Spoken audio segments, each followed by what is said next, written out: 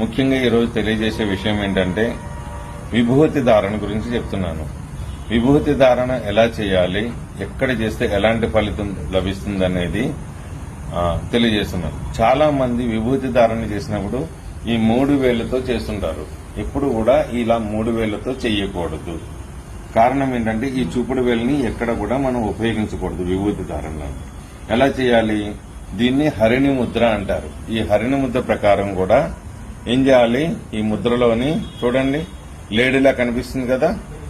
ఈ హరిణి ముద్రను ఏంటంటేను విభూతి ధారణ చేసేటప్పుడు మొట్టమొదటగా స్నానం చేయకముందైతే పొడి విభూతి ధారణ చేయాలి. స్నానం చేసిన తర్వాత సజల విభూతి అంటే తడి విభూతి ధారణ చేయాలి.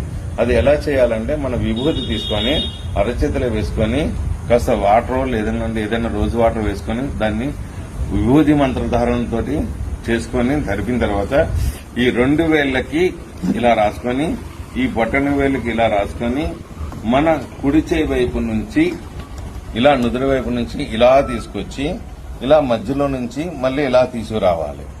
ఇది విభూతి ధారణ చేసే విధానం. ఇలా ఎందుకు చేయాలంటే బ్రహ్మ రాసేటప్పుడు మన యొక్క తలరాతని కుడివైపు నుంచి ఎడం వైపుకి రాస్తాడు.